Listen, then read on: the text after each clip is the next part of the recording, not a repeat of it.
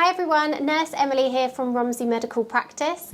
Earlier on today, I caught up with Dr. Nick Brook, our consultant gynaecologist and menopause specialist, to ask him all things around hormonal health and menopause. So sit back and enjoy.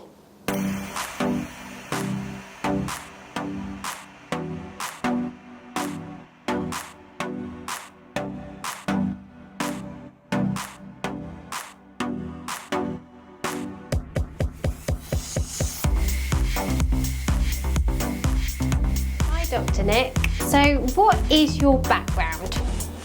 Good afternoon. Thank you for asking me to do the video this afternoon. My background is I'm a gynaecologist.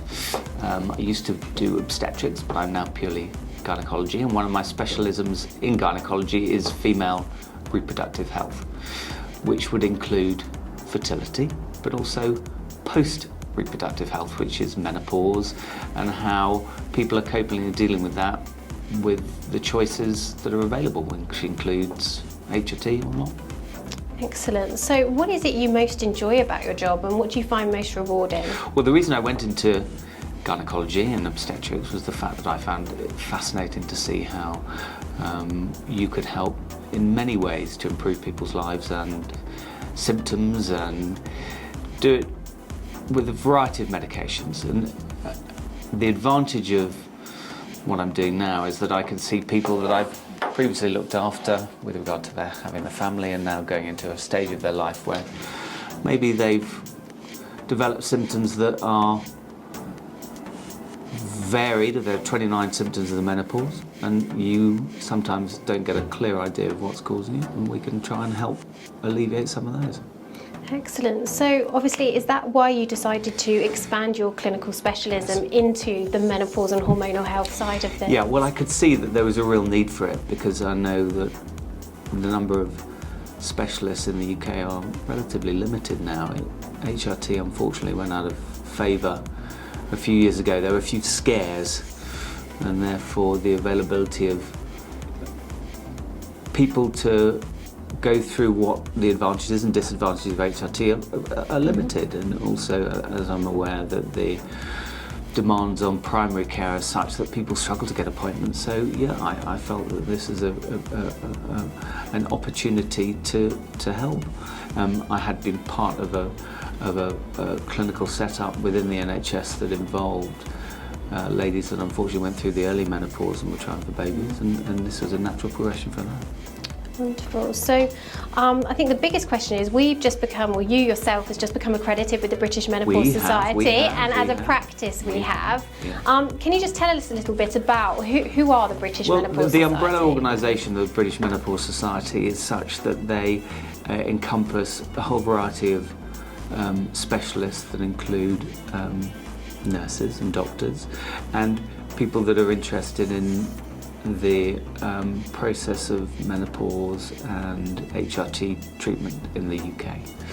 So it's an organisation that is evidence-based. They get all the facts and figures, and then develop protocols and consensus statements and lots of information for both clinicians, medical people, and the public, to give you an honest and open answer to whether HRT is good or bad.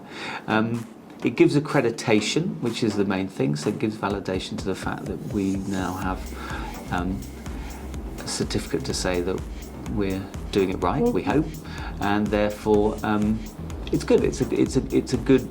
It's another sort of quality mark to the operation that we do here.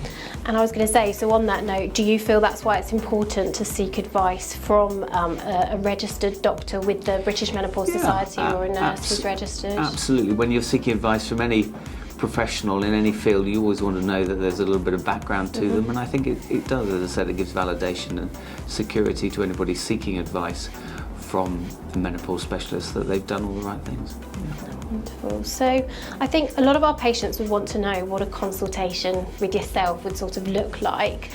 What does a medical consultation entail? Well, as I said, there is a whole variety of symptoms of the menopause, and it's important to identify the specific issues any individual comes to us with. So we have a questionnaire that's sent out by the team.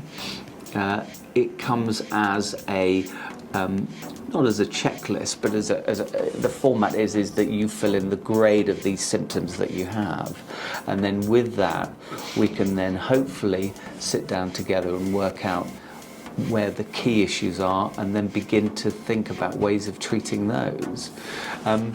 Part of the consultation process is we do a sort of general health check, so we check the urine, blood pressure, and blood tests and scans are sometimes required, but not always.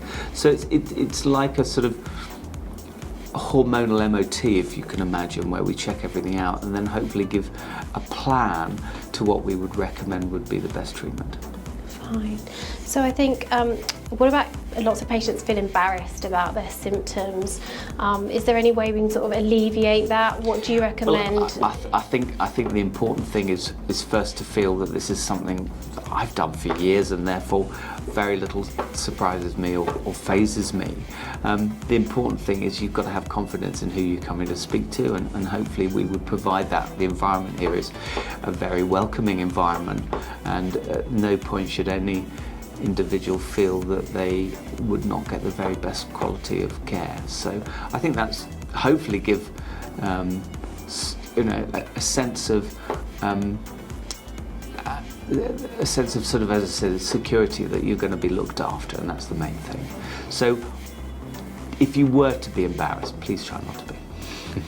Now, I've heard lots about bioidentical hormones.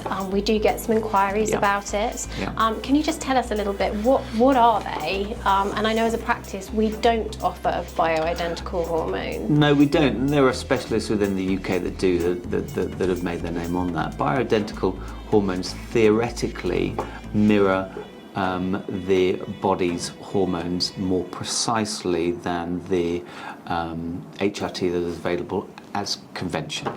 However, as part of the assessments that the British Menopause Society do, and as I said, they're very evidence-based, so they go and check all the data and all the facts and figures, there is not clear evidence that they are better for you, that they are more effective, and therefore the associated issues of bioidentical hormones, which could include the cost, is sometimes difficult to justify.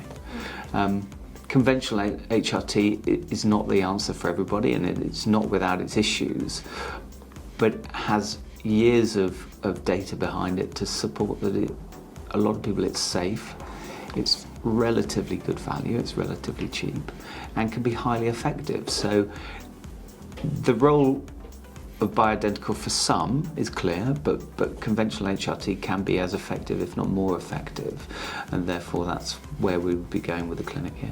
I was going to say that's what the British Menopause Society recommend for our patients. Absolutely.